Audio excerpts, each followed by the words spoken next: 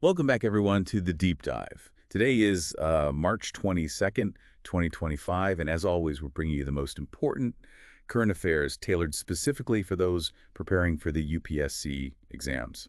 It's going to be a really fascinating deep dive, I think, Yeah. covering everything from the nitty-gritty of how our cities are financing their growth to some pretty stark reminders about the impacts of climate change.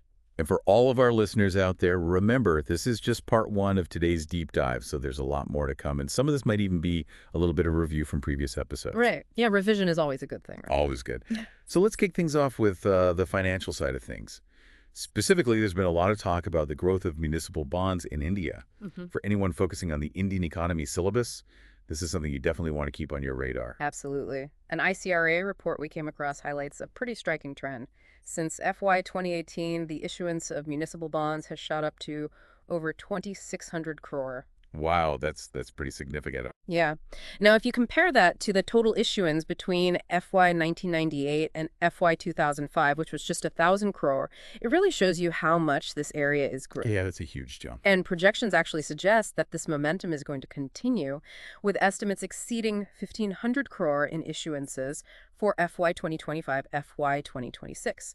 So what this really points to is a growing realization among urban local bodies, the ULBs, Right. that they need greater financial autonomy, Yeah. moving beyond that traditional dependence on state funding. So it's really about empowerment at the local level. Exactly. And it also reflects a developing appetite from investors, though there are, of course, some challenges that we'll get into a little bit later. So before we go any further, for anyone who's hearing this for the first time, can we just break down what exactly we mean by municipal bonds? Sure. In the simplest terms, think of it this way. It's a way for city governments, your municipal corporations, to borrow money directly from the market. They issue these debt instruments, essentially IOUs, to raise funds for various development projects within their cities. But of course, they do need to get permission from their respective state governments before they can issue these bonds. Okay, so it's not just a free-for-all. There's some oversight involved. Exactly. And interestingly, it's worth noting that Bengaluru was actually the pioneer in India, issuing the first municipal bonds way back in 1997. Wow, so this isn't entirely a new concept. No, not at all. Ahmedabad Municipal Corporation followed suit in 1998, and it's gradually gained traction since then. Okay, so we've established that this has been around for a while and that it's growing significantly. But what's the core driver here? Why are more cities looking at this option now? The main goal, as we touched upon earlier, is to give ULBs, these urban local bodies, more financial independence. It's about reducing their reliance on the funds that trickle down from the state and central levels. So it's about control over their own destinies in a way. Yeah, exactly. More control over how they finance their development projects. That makes perfect sense in terms of empowering local governance. But the report also highlighted some pretty persistent challenges in this market. So what are the main hurdles that still need to be addressed? There are a few key issues that keep popping up. One major factor is that ULBs continue to be very heavily reliant on grants from state governance. Data from the Reserve Bank of India, the RBI, indicates that about 38% of their revenue still comes from these grants. Oh, wow. So they're not quite as independent as we might think. Right. Another challenge is the lack of standardized accounting practices across the various ULBs. So it's difficult to get a clear picture. Exactly. It makes it very difficult for investors to really assess the financial health of these bodies, compare apples to apples, so to speak. And then the market also suffers from low liquidity because there's not a very robust secondary market for these bonds. Once they're issued, it's not so easy to buy or sell them afterwards. So there's a bit of a bottleneck there. Exactly. And lastly, the compliance costs associated with issuing these bonds can be really high. And often the credit profiles of some ULBs are not as strong as they could be. So that limits their access to the market. Exactly. It creates a barrier for some ULBs to even participate in this market. So it sounds like a bit of a mixed bag. There's huge potential, but also some pretty significant obstacles to overcome.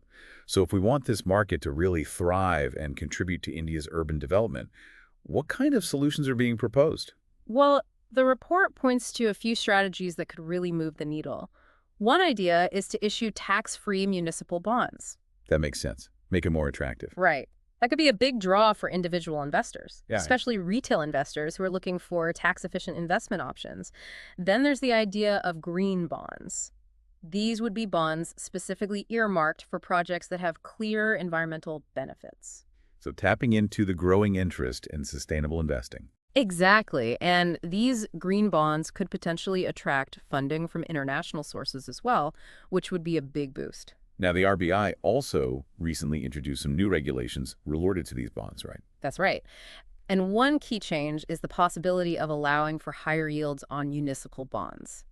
This could be a real game changer because it would incentivize more commercial banks to get involved. So it's about making it more worthwhile for them to invest. Exactly. Higher potential returns can really offset some of the perceived risks. Now, to bring this all back to you, as UPSC aspirants, understanding these financial instruments and the challenges they face provides a really important lens through which to view urban development in India. So as you're studying urban planning and economic development, keep this in mind. Are there other equally important factors we should consider in urban financing? Definitely something to ponder. Now, let's shift gears completely and talk about something that really visually captures the impact of global climate change: the disappearance of glaciers. Mm. I remember when the Ökokul Glacier in Iceland was declared dead back in 2014. It was a real wake-up call. It was. It really brought home the reality of climate change in a way that, scientific reports sometimes struggle to do. Yeah. And confirmed through satellite images, the loss of Ökokul became this very tangible symbol of the impact of climate change.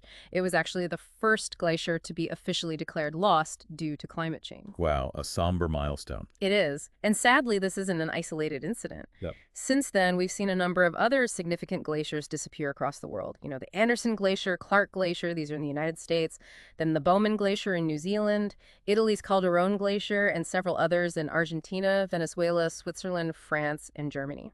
It paints a pretty stark picture. It does, and it's a trend that's unfortunately continuing. Now, before we go too far down this path, for anyone who might not be super familiar with glaciers, can we just start with a basic definition? What exactly are we talking about here? Sure. So, in essence, a glacier is a large, persistent body of ice and snow that's formed over many years. And because of its own weight and the pull of gravity, it actually flows very slowly over the land. They typically form in regions where the temperature hovers around freezing for most of the year and where there's a lot of snowfall during the winter months. Okay, so these are not just static blocks of ice. They actually move. Right, they do. Very slowly, but they do move. So why should we be concerned about the fate of these icy giants? What role do they play in the larger ecosystem? Their importance is really immense and often underestimated. Firstly, glaciers are the planet's biggest storehouses of fresh water. They hold about 3/4 of all the fresh water on Earth. Wow, that's a staggering amount. It is. And in many regions, particularly those that rely heavily on agriculture, they're a vital source of irrigation. Yeah, the rivers that are fed by these melting glaciers, they often carry fertile silt that enriches the farmland downstream. Exactly. And then the nutrients that are released as the glaciers melt also play a crucial role in supporting a diverse range of aquatic life in those downstream ecosystems. So the impact goes way beyond just the ice itself. It does. It ripples throughout the entire ecosystem. So the melting of glaciers, it's obviously a major consequence of climate change. But what are the most significant impacts that we're already seeing as a result of this melting? Well, we're seeing disruptions to water cycles globally. That's a big one. Yeah. And this poses a serious threat to freshwater supplies, ecosystems, and of course, agricultural practices. It's a domino effect. It is. And the risk of natural disasters like glacial lake outburst floods, GLOFs, and avalanches also increases significantly as these glaciers melt. Those can be devastating. They can be. And then, of course, there's the issue of rising sea levels, which is directly linked to the melting of glaciers and ice sheets. This leads to coastal erosion and the loss of critical habitats, which in turn affects biodiversity. And then there's this sort of vicious cycle or feedback loop. Right. As glaciers melt, the Earth's surface becomes less reflective, so it absorbs more solar radiation, which in turn accelerates global warming. Could you elaborate on how the melting of even seemingly small glaciers can have a disproportionately large impact on global warming? Yeah, that feedback loop is a really crucial concept to grasp. It helps us understand how seemingly small changes can have these cascading effects on the climate system. And it's particularly relevant for the environment and ecology section of your UPSC exams. Now, are there any international or national efforts underway that are specifically aimed at protecting these glaciers? Yes, thankfully there's a growing awareness of the urgency of this issue. The UN has designated 2025 as the International Year of Glaciers Preservation. That's a good step. It is. It's really about raising awareness and encouraging action on a global scale.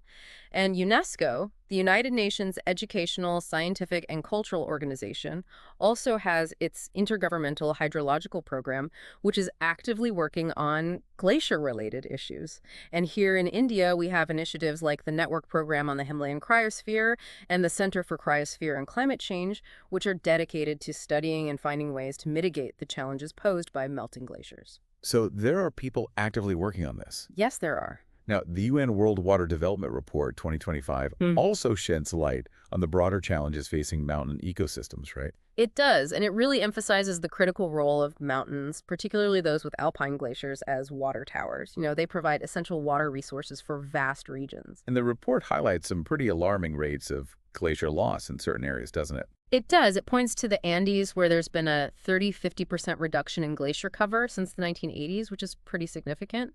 And then the Hindu Kush Himalayas are facing a potential loss of up to 50% by the end of the century. By 2100, that's a huge concern. Yeah. And it also discusses this phenomenon called watermelon snow, which sounds kind of whimsical, but it's actually quite serious. I've heard of this. It's not as delicious as it sounds, right? No, not at all. Essentially, it's the growth of red algae on the surface of the ice, and this algae actually darkens the ice, which reduces its reflectivity and accelerates the melting process. Felt like a double whammy. Exactly.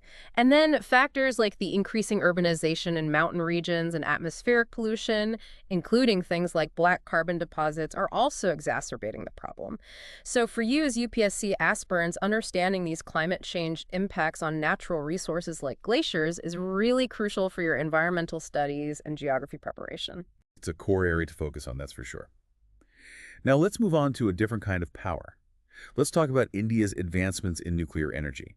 This is a key area for anyone tracking India's energy security strategies, and it's highly relevant for both the economy and infrastructure sections of the syllabus. Absolutely. And a major development in this sector is the Gorakhpur Haryana Anu Vidyut Pariyojana, the Gorakhpur project in Haryana. This is going to be North India's first nuclear power project. Now, I need to make a quick correction here. It seems there was a slight error in the information we received. The project will actually consist of two 700 milliW pressurized heavy water reactor units, PHWR units, bringing the total capacity to 1,400 milliW, not 2,800 milliW as we initially mentioned. My apologies for that. No worries, it happens. So PHWR, we hear that term a lot when we're talking about nuclear energy. Can you remind us what makes this type of reactor unique? Of course. So a PHWR, a pressurized heavy water reactor, uses heavy water, which is also known as deuterium oxide, or D2O, as both its coolant and its moderator. So it's a multitasker. Yeah, you could say that. The coolant prevents the reactor from overheating, and the moderator helps to control the nuclear chain reaction. And the fuel used in these reactors is natural uranium. Okay, so why heavy water? Why is that the preferred choice? Well, it's really effective at slowing down neutrons, which is essential for sustaining that nuclear chain reaction, and it doesn't absorb many neutrons itself. So it's efficient. Exactly. And India's history with PHWR technology goes back a while, doesn't it? It does. Our journey with this technology began back in the 1960s through a collaboration with Canada. The first 220 milliW PHWR reactor was set up at the Rajasthan Atomic Power Station, or RAPS-1.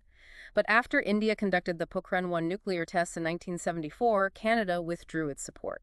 So this actually pushed India to become self-reliant in this technology. It did. It became a turning point. India had to develop and standardize its own 220 milliW PHWR design indigenously.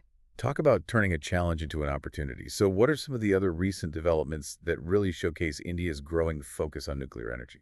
Well, there's been significant progress on several fronts. The nuclear energy mission has set a very ambitious target of achieving 100 gigawatt of nuclear energy capacity by 2047. That's a bold goal. It is. And our current installed capacity is around 8.1 gigaW, so there's a long way to go. We've also had the recent discovery of a new uranium deposit in the Jadiguda mines in Jharkhand. So that's good news for our fuel supply. Absolutely. And the first two indigenous 700 milliwatt PHWR units at Kakrapar, KAPS 3 and 4, they started commercial operation in FY 2023-24. A big milestone. It is. And the prototype fast breeder reactor, the PFBR, a 500 milliwatt facility, also achieved some key milestones in 2024. And then looking ahead, we have the Asage-Vini joint venture between NPCIL, Nuclear Power Corporation of India Limited, and NTPC, National Thermal Power Corporation Limited. This joint venture aims to build more nuclear power plants, including the Mahi Banswara Rajasthan Atomic Power Project, which will feature 4 700 milliwatt PHWR units. It's also important to keep in mind the 3-stage nuclear program envisioned by Homi Bhabha, starting with PHWRs, then moving to fast breeder reactors using plutonium and ultimately thorium-based reactors.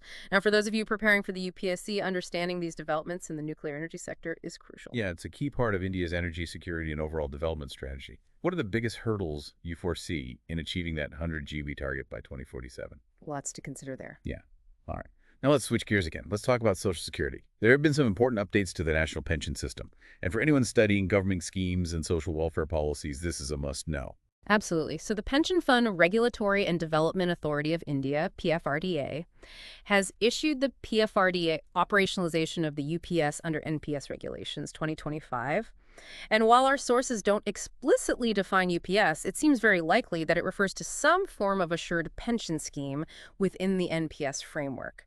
So this is quite a significant development in the evolution of our pension system. So more clarity and security for pensioners, potentially. Yeah. What are the key things we need to know about these new regulations? Well, several points stand out. The Ministry of Finance is going to be the nodal ministry for overseeing this. The regulations outline eligibility for 3 categories of central government employees who will have the option to opt into this scheme. And once they make this choice, it's final. No going back.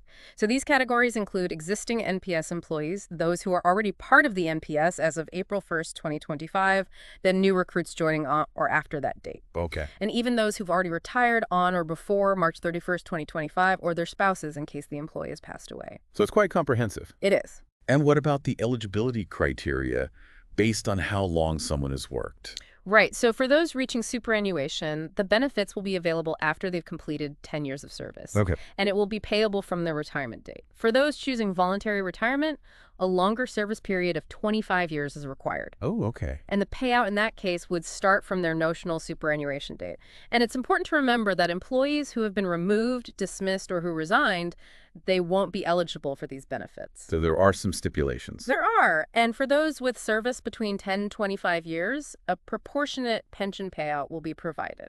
All right, so it's a sliding scale. Now, how will the funds be managed under this revised system? It will continue to operate with an individual corpus where employees can choose their preferred investment patterns and pension funds, just like the current NPS structure. And there will also be a pool corpus that will be managed by pension fund managers who've been approved by the government. Keeping track of these updates to the pension scheme is going to be increasingly important for understanding the socioeconomic policies and government initiatives that are aiming to strengthen Social Security in the country. Absolutely. An important aspect of social policy to keep an eye on. Now, let's zoom out a bit and talk about a crucial global issue: forest conservation. There have been some interesting developments on the international front in this area, and this is highly relevant for the environment and ecology section of the UPSC syllabus. Right. So a recent special report from the Forest Declaration Assessment, FDA, has highlighted a critical challenge. They've titled this report Transforming Forest Finance. And their main finding is that REDD Plus hasn't delivered the kind of financial support that's really needed to effectively tackle deforestation globally. Now, for those who might not be familiar, REDD Plus stands for Reducing Emissions from Deforestation and Forest Degradation, and it's a climate change mitigation mechanism that operates under the UN Framework Convention on Climate Change, UNFCCC. So it's a UN initiative. Exactly. And it builds upon the earlier REDD initiative, which primarily focused on reducing emissions from deforestation and degradation in developing countries. But REDD Plus goes further. Okay. It also includes sustainable forest management and enhancing forest carbon stocks. And the core idea is to provide these results-based payments to developing countries for their verified efforts in reducing deforestation and degradation. So it's about rewarding positive action. Exactly. Now, this report also feeds into a larger vision for the future of forests, doesn't it? Yes, it does. The FDA, the Forest Declaration Assessment, they've also released something called the 2030 Global Forest Vision, Priority Actions for Governments in 2025. The FDA is essentially a civil society-led initiative that's tracking progress towards the goals that were set out in the New York Declaration on Forests, the NYDF. This was adopted back in 2014, and it's important to note that the NYDF is a voluntary declaration. India hasn't actually endorsed it yet. So we're still observing from the sidelines. We are, for now. Okay, so what are the main things that this 2030 Global Forest Vision is urging governments to do? What are the key priority actions? There are 8 main areas of focus. The first one is for governments to really integrate forest-related goals into their national climate and biodiversity plans, and also to incorporate these goals within the outcomes of the upcoming UNFCCC COP30. So really embedding it into their national agendas. Right. And secondly, there should be actively forging partnerships to promote trade in agricultural and forest commodities that's legal and demonstrably free from deforestation, conversion, and degradation. So ensuring responsible supply chains. Exactly. And thirdly, there's a call to significantly scale up both public and private financing for forests. So putting their money where their mouth is. Right. And fourthly, securing the land rights of indigenous peoples and local communities is emphasized as a really crucial step. So recognizing the rights of those who are most closely connected to the forests. Exactly. And then fifthly, governments and financial supervisors need to ensure that financial institutions are properly assessing and managing forest-related risks in their investments. So making sure that financial decisions are not inadvertently contributing to the problem. Exactly. Then the sixth point is to repurpose those harmful subsidies that are negatively impacting forests. Okay, so redirecting those funds. Right. Toward supporting things like sustainable food systems, the bioeconomy, and sustainable forest management practices. And then seventhly, governance in the land use sector needs to be strengthened and fully aligned with the global commitments that have been made on forests. So closing those loopholes. Exactly. And finally, there's a suggestion to enhance the fiscal flexibility in multilateral development finance by actually incorporating the value of forests' natural capital into countries' debt management strategies. So for your UPSC preparations, staying informed about these international efforts related to forest conservation is really vital. Absolutely. And it directly aligns with the environment syllabus, particularly when it comes to climate change and biodiversity. Now, let's quickly touch upon some other important global and national happenings that you should be aware of. Okay, sounds good. So first up, in the world of sports governance, Zimbabwe's former Olympic swimmer Kirsty Coventry has made history by becoming the first female president of the International Olympic Committee, the IOC. That's fantastic news. The IOC is headquartered in Lausanne, Switzerland, and it's the organization that oversees the entire Olympic movement. And it's worth noting that it's entirely privately funded, and it redistributes 90% of its revenues to support the development of sports and athletes around the world. Yeah, that's pretty impressive. It is. And its key functions include determining which sports are included in the Olympic Games and selecting the host cities for each edition of the Games. A lot of responsibility. A lot of responsibility, yeah. Now, we talked earlier about the Hindu Kush Himalayas in the context of glaciers. Is there anything else we should highlight about this region? Yeah, it's worth reiterating just how important this region is. It's the largest and highest alpine ecosystem on Earth. And it holds a massive amount of frozen water, something like 100,000 square kilometers of glaciers. So it's the biggest storehouse of snow and ice outside the polar regions. And all of this feeds over 12,000 lakes and more than 10 major river systems. So it's aptly nicknamed the Third Pole, or the Water Tower of Asia. Right, underscoring its crucial role in global water security. Now, on a more technological front, India's Unified Logistics Interface Platform, ULI, has achieved a significant milestone. Yes, it's crossed 100 crore API transactions, which is a big deal. ULAP was launched under the National Logistics Policy back in 2022. And its aim is to create a more integrated, efficient, and technology-driven logistics sector in India. So streamlining the movement of goods. Exactly. And you can think of these API transactions as digital messages that allow all these different computer systems within the logistics network to talk to each other seamlessly, sharing information like tracking details and shipment status updates. So it's about better communication and coordination. Right.